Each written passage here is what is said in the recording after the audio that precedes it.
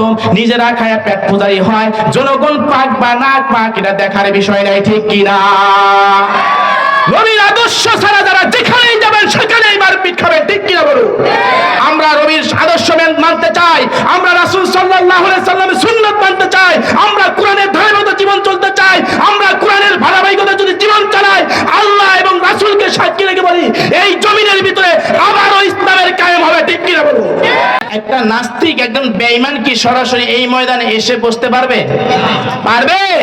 পারবে না। এই জন্য ভাই, আমি বাস্তবের ময়দানে বসে যদি বাস্তবিক প্রমাণিত না করতে পারি, তার মানে আমার মতো আপনার মতো দুর্ভাগ্য এই পৃথিবীর মধ্যে থাকার চেয়ে না থাকা ভালো।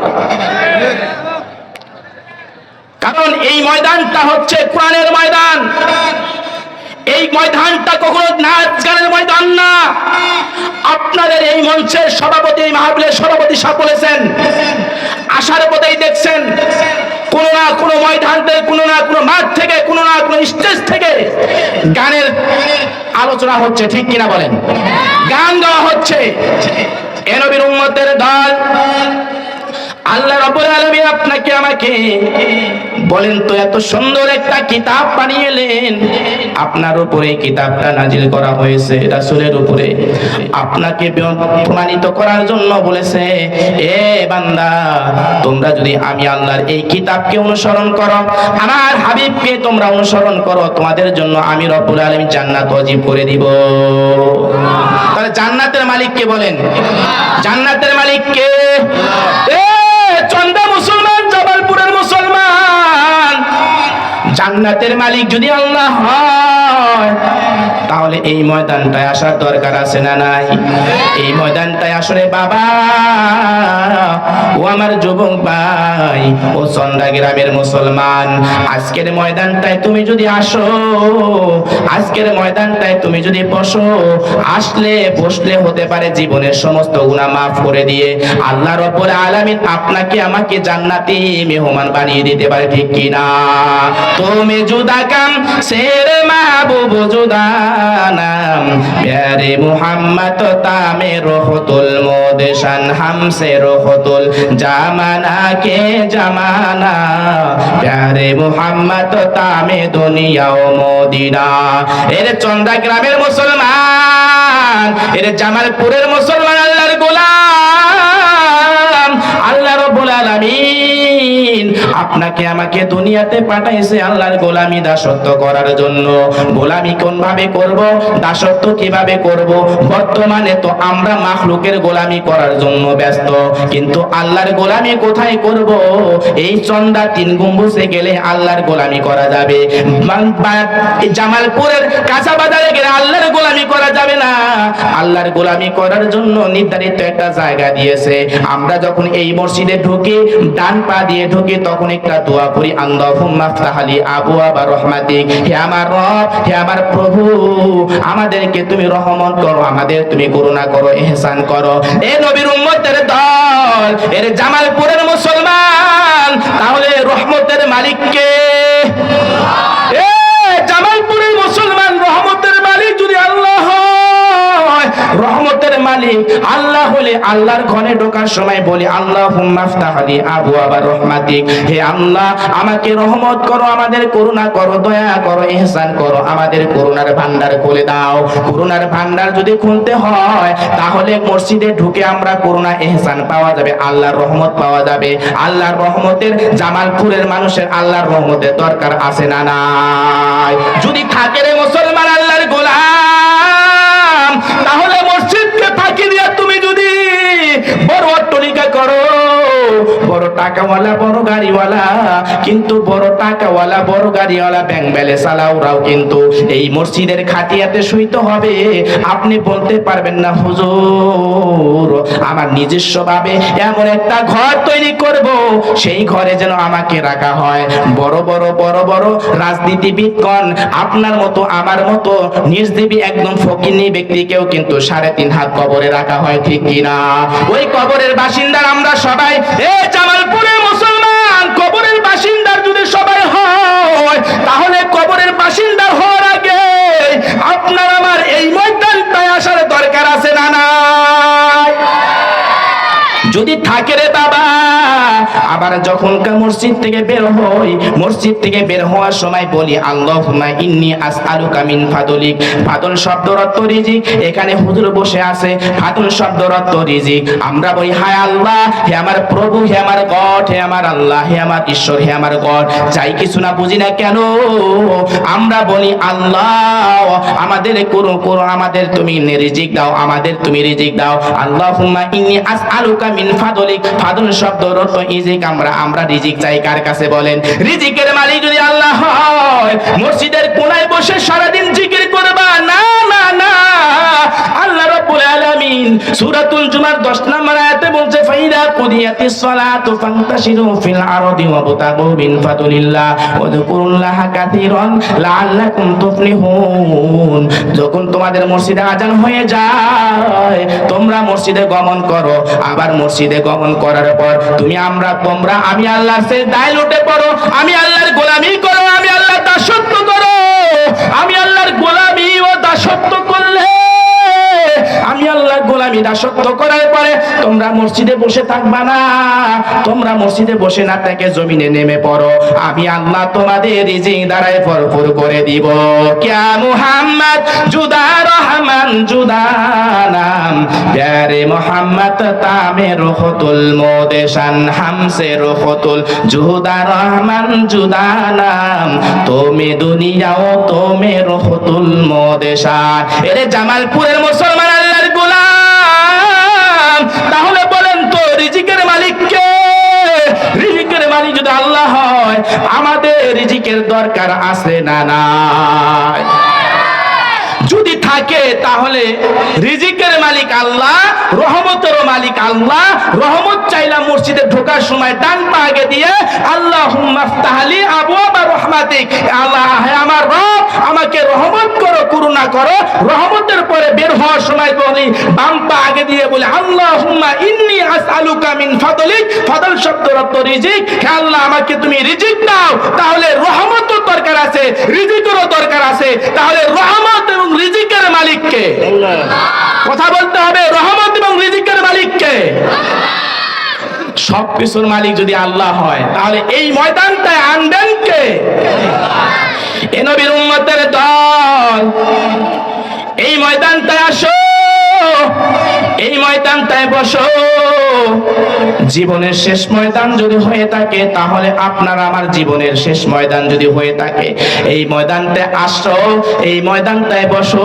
জীবনের কত গুনাহ করেছি, কোনো অভাব নাই। এই গুনাহগুলা মাফ করার জন্য এই কোরআনের ময়দান, এই গুনাহগুলা মাফ করার জন্য এখানে হাদিসে আলোচনা করা হয়। এরে নবীর উম্মতের দল, এরে জামালপুরের মুসলমান, তাহলে এই ময়দানটা আপনার আমার দরকার আছে না না? আপনার আমার এই ময়দানটা দরকার আছে।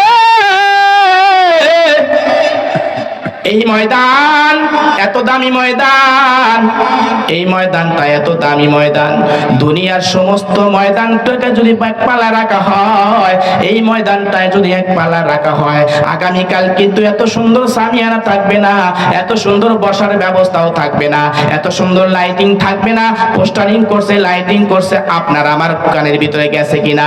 আপনার আমার সমাজ আছে, পৃথিবীর সবচেয়ে বড় আদালত হচ্ছে মানুষের বিবেক। বিবেক দিয়ে প্রশ্ন করলে আনসার পাওয়া যাব। জামালপুরের মুসলমান, এই আনসার পাওয়া যাব। এ লাইটিং করছে, পোস্টারিং করছে, মাইকিং করছে, আপনি আমি জানি কি জানি না, আপনার আমার কানে আওয়াজ গেছে কি যায় নাই?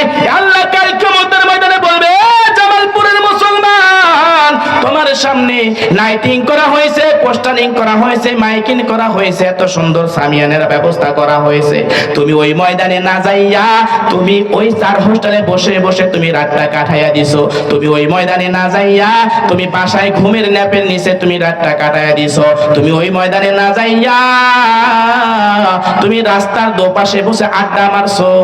আল্লাহ রাব্বুল আলামিন বলেন, তোমার চাইতে যারা গেছে হতে পারে তারা গুনাহ মাফের জন্য গেছে, আমি আল্লাহ তাদের প্রতি খুশি হয়ে তাদেরকে জান্নাত দান করে দিলাম।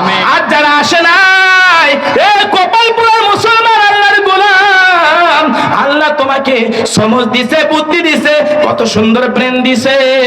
এই ব্রেনটাকে কিন্তু গরু ছাগলের ভিতর দেন নাই, মানুষের ভিতরে এত সুন্দর মগজ দিছে, এত সুন্দর ব্রেন দিছে। এই ব্রেনটা গরুর ভিতরে দেন নাই, এই ব্রেনটা ছাগলের ভিতরে দেন নাই, অন্য অন্য প্রাণীর ভিতরে দেন নাই।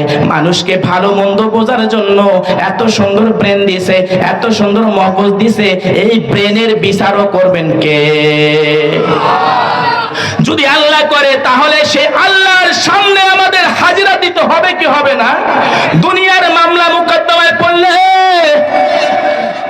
বড় উকিলের কাছে যাও, বড় ম্যাজিস্ট্রেটের কাছে যাও, বড় টাকার বান্ডিল নিয়ে কিন্তু যাইতে হবে, ঠিক কি না? বড় উকিলের কাছে গেলে বড় টাকার বান্ডিল, বড় উকিলের কাছে গেলে বড় টাকার বান্ডিল।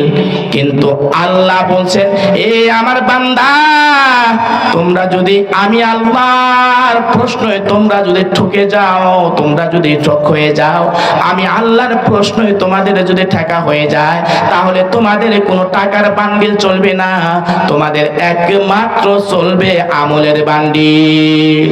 সে আমলটা নিয়ে যেতে পারলে সে আল্লাহর কাছে জবাবদিহি করতে, ঠিক কি না?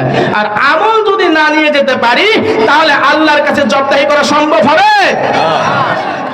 এ নবীর উম্মতের দল, আল্লাহর গোলাম, আল্লাহ তোমাকে দুনিয়াতে পাঠাইছে গোলামি দাসত্ব করার জন্য। কোরআনের গোলামি করব, দাসত্ব করব, দুনিয়ার কোন মাখলুকের দাসত্ব গোলামি করার জন্য দুনিয়াতে পাঠাই নাই। জনাবে রাসূল মুহাম্মদ রাসূলুল্লাহ সাল্লাল্লাহু আলাইহি ওয়াসাল্লামের সাথে যারা চলছে, গোলামেরা জনাবে রাসূল মুহাম্মদ রাসূলুল্লাহ সাল্লাল্লাহু আলাইহি ওয়াসাল্লামকে যারা ভালোবাসছে, তাদেরকেও সম্মান দান করছেন কে? কথা বলে না, জিমায় গেছেন নাকি? নাস্তিকতা নিবাজ যাক, দিন ইসলাম জিন্দাবাদ, কোটি প্রাণের কি আওয়াজ। খোদার দহি সার পাবে না এই বাংলায়, তাই হবে না মুসলমানরা জেগেছে আজ। এই জোর কদমে সামনে চলো, বজ্রকণ্ঠে আওয়াজ তুলো, সবাই মিলে একই তালে দাও না স্লোগান, নারায়ে তাকবীর, নারায়ে তাকবীর। দিন ইসলাম, দিন ইসলাম, দিন ইসলাম, দিন ইসলাম, নাস্তিকতা নিবাজ যাক, দিন ইসলাম জিন্দাবাদ, কোটি প্রাণের কি আওয়াজ। খোদার দহি সার পাবে না এই বাংলায়, তাই হবে না মুসলমানরা জেগেছে আজ। এই জোর কদমে সামনে চলো, বজ্রকণ্ঠে আওয়াজ তুলো, সবাই মিলে একই তালে দাও না স্লোগান, নারায়ে তাকবীর। এই আওয়াজে চলবে না, নারায়ে তাকবীর, নারায়ে তাকবীর। দিন ইসলাম, দিন ইসলাম, দিন ইসলাম, দিন ইসলাম। মুহাম্মদ রাসূলুল্লাহ সাল্লাল্লাহু আলাইহি ওয়াসাল্লামের এত দয়ার নবী, মায়ার নবী মুহাম্মদ রাসূলুল্লাহ সাল্লাল্লাহু আলাইহি ওয়াসাল্লাম এই দুনিয়াতে মারপিট কম খাইছেন না বেশি খাইছেন? হ্যাঁ, এই দুনিয়াতে লাঞ্ছিত কম হয়েছেন না বেশি হয়েছেন? এ নবীর উম্মতের দল, এরা জামালপুরের মুসলমান, জনাবে রাসূল মুহাম্মদ রাসূলুল্লাহ সাল্লাল্লাহু আলাইহি ওয়াসাল্লাম এই দুনিয়াতে কিন্তু লাঞ্ছিত অপমানিত বেশি হয়েছেন। এই লাঞ্ছিত অপমানিত বেশি হওয়ার কারণে আল্লাহ রাব্বুল আলামিন তাকে অন্যান্য নবীদের চাইতে সম্মানিত বেশি করেছেন, ঠিক কি না? ইসলামের পক্ষে যারা থাকবে, এ জামালপুরের মুসলমান, ইসলামকে পক্ষে নাও, বুকে ধারণ করো রে মুসলমান, ইসলামের পক্ষে থাকো, ইসলামকে ভালোবাসো।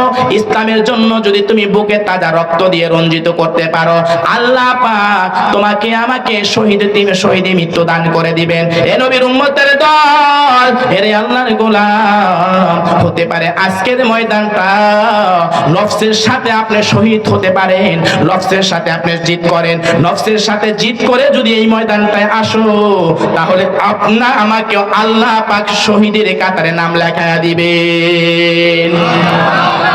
আপনাদের চ্যাট ব্যাগ বুঝতেছি না আমি কিছু, কারণ কি ইমানের চাঁদ থাকবে ভালো, উচ্চ আওয়াজে বলিষ্ঠ কণ্ঠে আপনাকে আমাকে একমাত্র ডাকবো প্রভুকে, তার নাম আল্লাহ।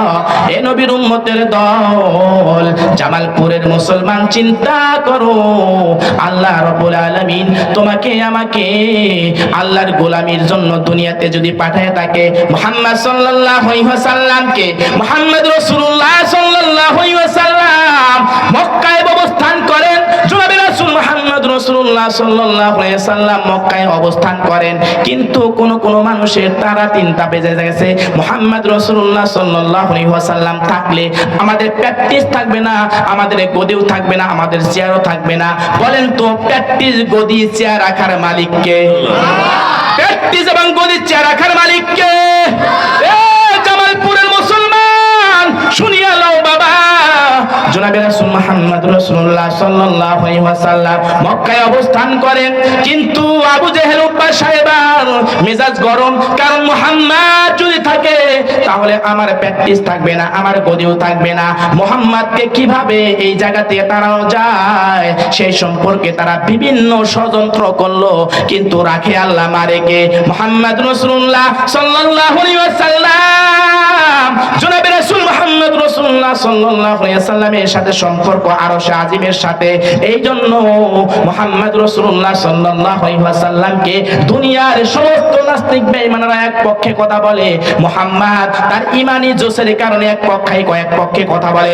এ নবীর উম্মতের দল, এরা জামালপুরের মুসলমান মুহাম্মদ রাসূলুল্লাহ সাল্লাল্লাহু আলাইহি ওয়াসাল্লামকে সম্মান দান করেছেন আল্লাহ।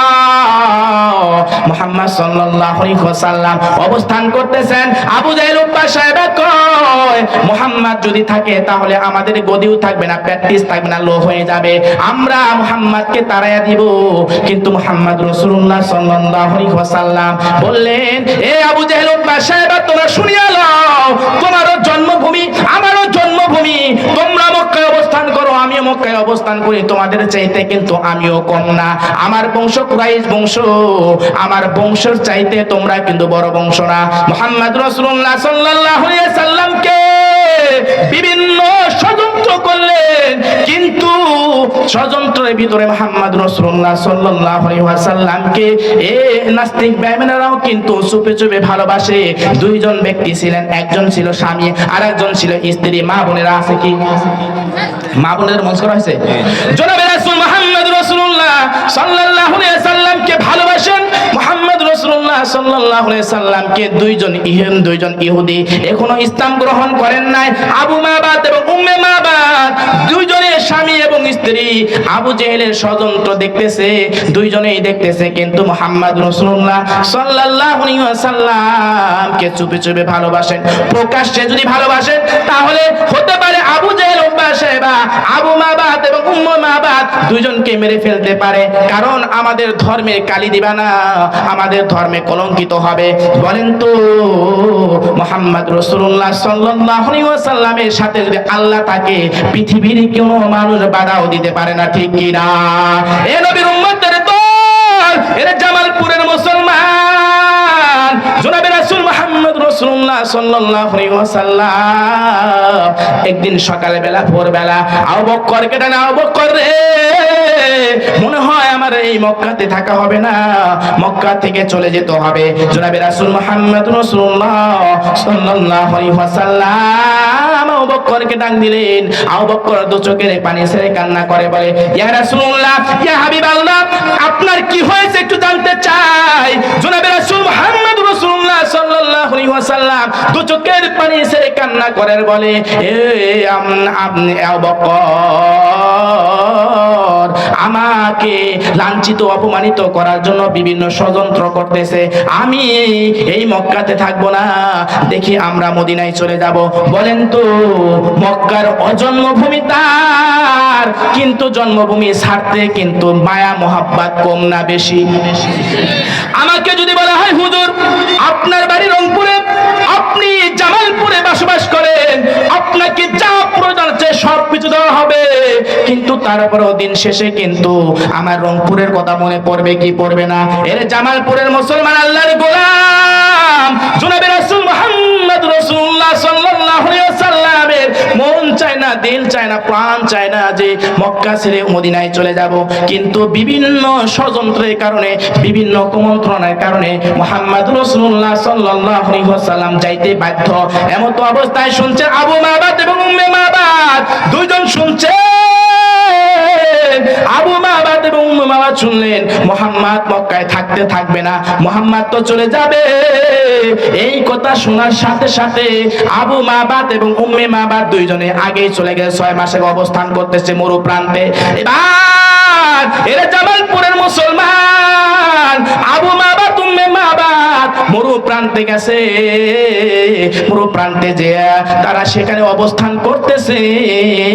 আবু মাবাদ উম্মে মাবাদ এবং মুহাম্মদ রাসূলুল্লাহ সাল্লাল্লাহু আলাইহি ওয়াসাল্লাম আবু বকরকে বলে, আবু বকর চলো চলো চলো, 3 দিনের খাবার নাও, পানি নাও, লোটা নাও এবং 3 দিনের খাবার বস্তু নাও। 3 দিনের খাবার নিয়ে আমরা চলে যাই, মদিনায় থাকতে পারবো না, মক্কার উদ্দেশ্যে চলে যেতে হবে।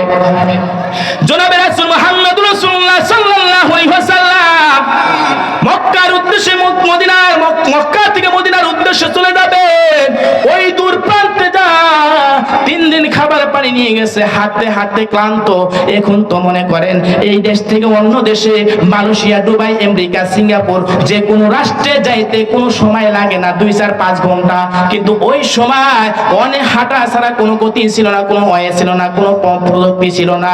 এখন কিন্তু মানুষে অল্প টাইমের ভিতরে বিভিন্ন রাষ্ট্রে যেতে পারে। এখন কিন্তু বিভিন্ন পর্যায়ক্রমে বিভিন্ন ষড়যন্ত্র, বিভিন্ন প্রকার গাড়ি যানবাহন নামছে।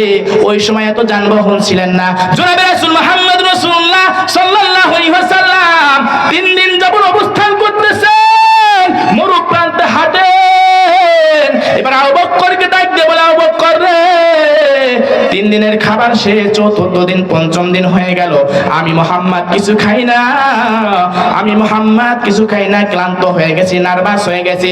এ আবু বকর রে, দেখো তো কোথায় খাবারের ব্যবস্থা আছে কিনা, কোথায় খাবার পাওয়া যায় কিনা। আবু বকর সিদ্দিক রাদিয়াল্লাহু তাআলা দু চোখের পানি ছেড়ে কান্না করে বলে, ইয়া রাসূলুল্লাহ, ইয়া হাবিবাল্লাহ, এই মরু প্রান্তে কোথায় খাবার পাবো, কোথায় পানি পাবো, কোথায় তো খাবার নাই, পানি নাই। জনে বলেন তো মুহাম্মদ সাল্লাল্লাহু আলাইহি সাল্লাম যদি খাবারের জন্য দোয়া করতেন, সাথে সাথে কিন্তু খাবার হাজির হয়ে যাইতেন। কিন্তু কষ্ট করে মুহাম্মদ সাল্লাল্লাহু আলাইহি ওয়াসাল্লাম আপনাকে আমাকে দিন হাত তুলে দিয়েছেন, ঠিক কি না? তুমি জুদা কাম সেরে মাহবুব জুদা নাম, প্যারে মুহাম্মদ তামে রহতুল মোদেশান, লোদে মাহবুব জামানা কে জামানা, লোহতে মাহবুব তামে মাহবুব মদিনা। তুমি জুদা কাম সেরে মাহবুব জুদা নাম, লোহতে মাহবুব তামে রহতুল মোদেশান। এরা জামালপুরের মুসলমান ভাই, ও আমার পর্দার আলো নিশামা, জনাবে রাসূল মুহাম্মদ রাসূলুল্লাহ সাল্লাল্লাহু আলাইহি ওয়াসাল্লাম 4 দিন হয়ে যায়, 5 দিনের দিন ক্লান্ত ভাত হয়ে নার্ভাস হয়ে যখন জমিনে পড়ে গেছেন, আবু বকর সিদ্দিক রাদিয়াল্লাহু তাআলা বলেন, ইয়া রাসূলুল্লাহ, ইয়া হাবিবাল্লাহ, আপনার কষ্ট কিন্তু আমি আবু বকরের সহ্য হয় না, আপনার কষ্ট আমি আবু বকর সহ্য করতে পারি না। জনাবে রাসূল মুহাম্মদ রাসূলুল্লাহ সাল্লাল্লাহু আলাইহি ওয়াসাল্লাম দু চোখের পানি ছেড়ে কান্না করে বলেন, আবু বকর রে, আমি নার্ভাস হয়ে গেছি, ক্লান্ত হয়ে গেছে, খাবার নাই, পানি নাই, খাবার নাই, পানি নাই। জনাবে রাসূল মুহাম্মদ রাসূলুল্লাহ সাল্লাল্লাহু আলাইহি ওয়াসাল্লাম বলেন তো, একদিন না খাইলে, এক ওয়াক্ত না খাইলে আমাদের মেজাজ গরম হয়ে যায়, ঠিক কি না? গরম হয় কি হয় না? এ নবীর উম্মতের দল, এরা জামালপুরের মুসলমান, এক সান্ডা না খেলে, এক ওয়াক্ত না খেলে আমাদের মেজাজ গরম। মুহাম্মদ সাল্লাল্লাহু আলাইহি ওয়াসাল্লাম 3 দিন যাবত অনাহার।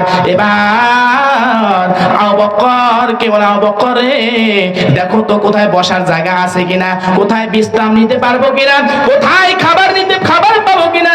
আবু বকর সিদ্দিক রাদিয়াল্লাহু তাআলা জনাবে রাসূল মুহাম্মদ রাসূলুল্লাহ সাল্লাল্লাহু আলাইহি ওয়াসাল্লামকে বলেন, ও ইয়া রাসূলুল্লাহ, ইয়া হাবিবাল্লাহ, ওই দেখা যায় দূর প্রান্তে একটা গাছে দেখা যায়, ওখানে একটা কুঠুরি ঘর দেখা যায়, ওই ঘরে আমরা বিশ্রাম নিব, খাবার পান করব, খাবার খাইব।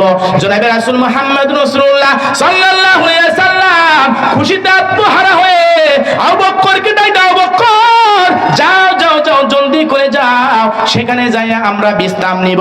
মুহাম্মদ সাল্লাল্লাহু আলাইহি ওয়াসাল্লাম খুশিতে আত্মহারা হইয়া আবু বকরকে সাথে নিয়ে যখন ওই বাড়ির ভিতরে পৌঁছেছেন, ওই ঘরের ভিতর দেখতে ছোট্ট একটা ঘর, খেজুর পাতার ছাউনি, খেজুর পাতার মরু প্রান্তে ঘর বানিয়েছে। ঘরের মালিককে ডাক দিয়ে বলে, এ ঘরের মালিক, আমরা প্রতীক মানুষ, আমরা রাস্তা নিয়ে মক্কা থেকে মদিনার উদ্দেশ্যে আসছি, আমাদের কাছে খাবার নাই, আমাদের কাছে পানি নাই, আমাদের কিছু খাবার দাও, আমাদের কিছু পানি দাও।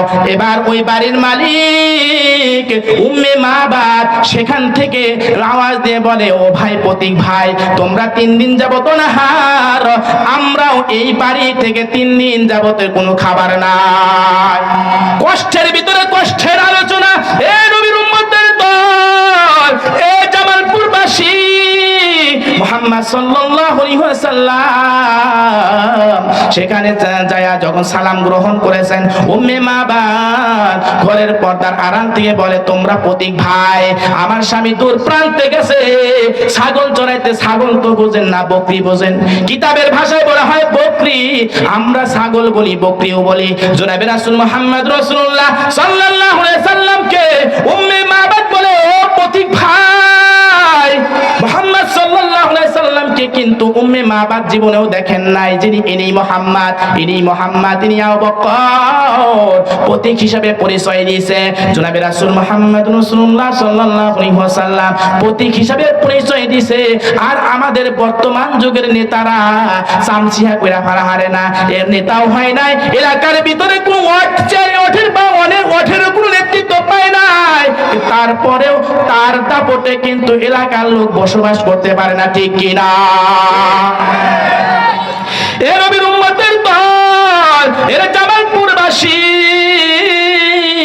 জনাবে রাসূল মুহাম্মদ রাসূলুল্লাহ সাল্লাল্লাহু আলাইহি ওয়াসাল্লাম কে বললেন, ও ভাই, আমরা 3 দিন যাবত অনাহার। জনাবে রাসূল মুহাম্মদ রাসূলুল্লাহ সাল্লাল্লাহু আলাইহি ওয়াসাল্লাম বললেন, ও বোন, তাহলে দেখা যায় বাড়ির আঙ্গিনায় ছোট্ট একটা বকরি পড়ে আছে, এই বকরি প্রতিবন্ধী বকরি।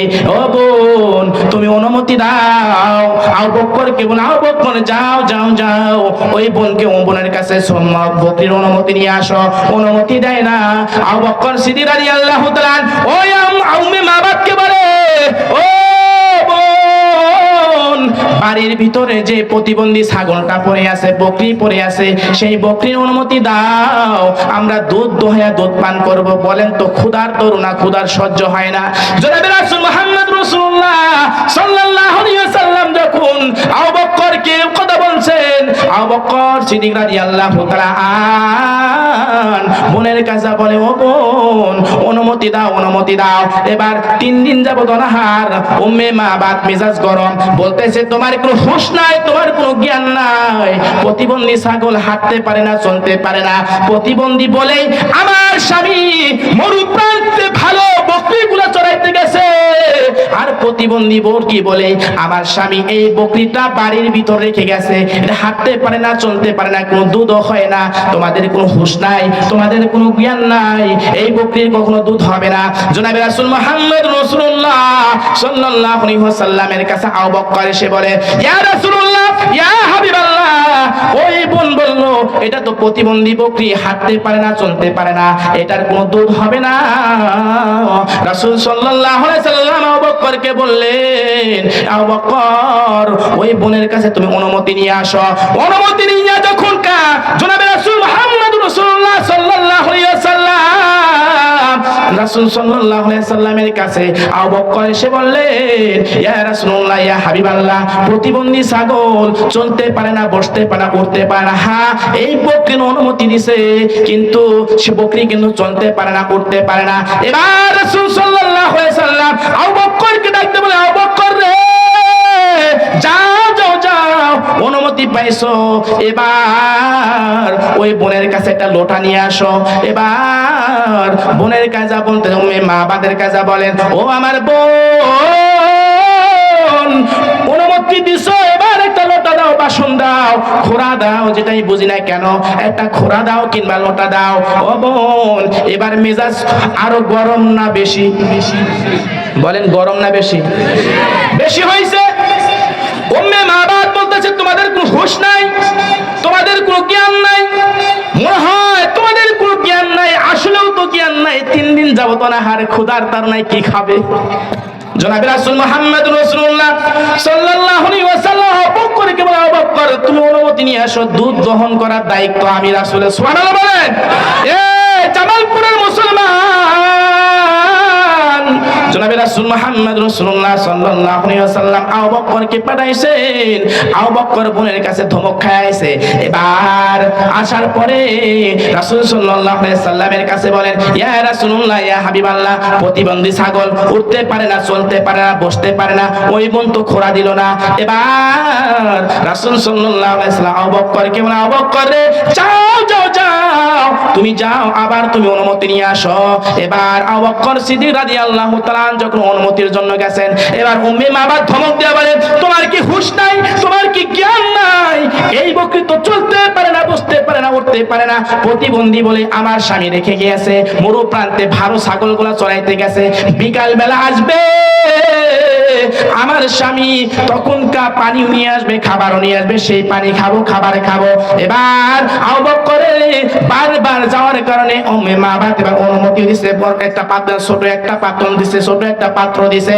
এবার ছোট পাত্র নিয়ে যখন রাসূল সাল্লাল্লাহু আলাইহি সাল্লামের দরবারে আবু বকর এসে বলে, ইয়া রাসূলুল্লাহ, ইয়া হাবিবাল্লাহ, দেখেন পাত্র দিয়েছে। রাসূল সাল্লাল্লাহু আলাইহি সাল্লাম মুস্কি হেসে বলে, আবু বকর রে, এই পাত্র হবে না, যাও যাও, বড় একটা পাত্র নিয়ে আসো। বড় পাত্র? কি পাত্র? আরে ছোট পাত্রই হয় না, আবার বড় পাত্র নিয়ে আসো। এবার আবু বকর সিদ্দিক রাদিয়াল্লাহু তাআলা উম্মে মাবাদের কাছে বলেন, ও আমার বোন, ছোট পাত্র হবে না, বড় পাত্র দাও। এবার বলেন তো, মেজাজ আরো গরম কম না বেশি? কথা বলেন, কম না বেশি? এবার রাসূল সাল্লাল্লাহু আলাইহি ওয়াসাল্লাম আবু বকরকে বলছেন, আবু বকর শুনতে বাধ্য, ঠিক কি না? আবু বকর সিদ্দিক রাদিয়াল্লাহু তাআলা যখন বড় পাত্র জনে গেছেন, তখন ধমক দেয়া বলে, তোমার হুঁশ নাই, তোমার জ্ঞান নাই। আবু বকর সিদ্দিক রাদিয়াল্লাহু তাআলা তো চোখের পানি ছেড়ে কান্না করে আর বলে, ও আমার বোন, আমরা 3 দিন যাবত হার, মরু প্রান্তে কোনো খাবার নাই, কোনো বস্তু নাই, কোনো পানিও নাই। এবার ধমকে দিয়ে এবার বড় একটা পাত্র দিছে জনাবে রাসূল মুহাম্মদ রাসূলুল্লাহ সাল্লাল্লাহু আলাইহি সাল্লামের কাছে। আবু বকর সিদ্দিক রাদিয়াল্লাহু তাআলা পাত্রটা দেওয়ার সাথে সাথে এবার ছাগলের কাছে যা বলতেছেন, ছাগলের সামনে যখন পাত্র নিয়ে যখন জনাবে রাসূল মুহাম্মদ রাসূলুল্লাহ সাল্লাল্লাহু আলাইহি সাল্লাম হাজির হয়ে গেছেন, এবার ছাগল দাঁড়িয়ে সালাম দিয়ে বলে, আসসালামু আলাইকুম ইয়া রাসূলুল্লাহ। সুবহানাল্লাহ, আসসালামু আলাইকুম ইয়া হাবিবাল্লাহ। এবার ছাগল যখন সালাম দিছে, এবার রাসূল সাল্লাল্লাহু আলাইহি সাল্লাম বলেন, এ ছাগল রে, তুমি কি আমাকে চেনো? এবার ছাগলের জবান থেকে বলতেছেন, ইয়া রাসূলুল্লাহ, ইয়া হাবিবাল্লাহ, আপনি শুধু মানুষের নবী না, আপনি আমাদেরও ছাগলের বিদ্যানর নবী। আরে মুহাম্মদ, তুমি দুনিয়া জুদা নাম, হামসে রুহুতুল জামে রুহুতুল মোদেশান, তুমি রহমান জুদা রহমান, তুমি জান, হামসে তুমি দুদা রহমান মোদেশান। ইয়া রাসূলুল্লাহ, ইয়া হাবিবাল্লাহ, আপনি শুধু মানুষেরই নবী না, আপনি গরু ছাগলের নবী। জনাবে রাসূল মুহাম্মদ রাসূলুল্লাহ সাল্লাল্লাহু আলাইহি ওয়াসাল্লাম যখন পাত্র নিয়ে বুকেন ছাগলের পাতে হাত রাখছেন, বলেন তো বরকতের মালিক কে? কথা বলেন, বরকতের মালিক কে? আল্লাহ। আমাদের প্রধান বল, নারে তাকবীর, দিন ইসলাম, দিন ইসলাম, দিন ইসলাম, দিন ইসলাম। আমি আলোচনা ছেড়ে দেব, আমার ভাই আসছে, চমৎকার আলোচনা করে। ছাগল যখন রাসূল সাল্লাল্লাহু আলাইহি সাল্লামকে বললেন, ইয়া রাসূলুল্লাহ, ইয়া হাবিবাল্লাহ, আপনি শুধু মানুষেরই নবী না, আপনি আমাদের গরু ছাগলের কি প্রথমবার নবী। জনাবে রাসূল মুহাম্মদ রাসূলুল্লাহ সাল্লাল্লাহু আলাইহি ওয়াসাল্লাম যখন পাত্র নিয়ে যখন ওই ছাগলের বাটে হাত রাখছেন, আল্লাহ রাব্বুল আলামিন ওই ছাগলের বাট থেকে আল্লাহ রাব্বুল আলামিন দুধের ব্যবস্থা করে দিয়েছেন। এবার দুধ দহন করছে, দুধ দহন করার পরে জনাবে রাসূল মুহাম্মদ রাসূলুল্লাহ সাল্লাল্লাহু আলাইহি ওয়াসাল্লাম এবার ছাগলকে বলতেছে, এ ছাগল, তুমি কি কষ্ট পেয়েছো? জনাবে রাসূল মুহাম্মদ রাসূলুল্লাহ সাল্লাল্লাহু আলাইহি ওয়াসাল্লামের জবাবে ছাগল বলে, ইয়া রাসূলুল্লাহ, ইয়া হাবিবাল্লাহ, আমার জীবন ধন্য, আপনি আমার বুক থেকে দুধ দহন করিয়া আপনি দুধ পান করেছে। জনাবে রাসূল মুহাম্মদ রাসূলুল্লাহ সাল্লাল্লাহু আলাইহি ওয়াসাল্লাম দুধ দহন করার পরে ইনসাফ কাকে বলে, নবীর আদর্শ ছাড়া আমাদের কখন শেখা যাবে না।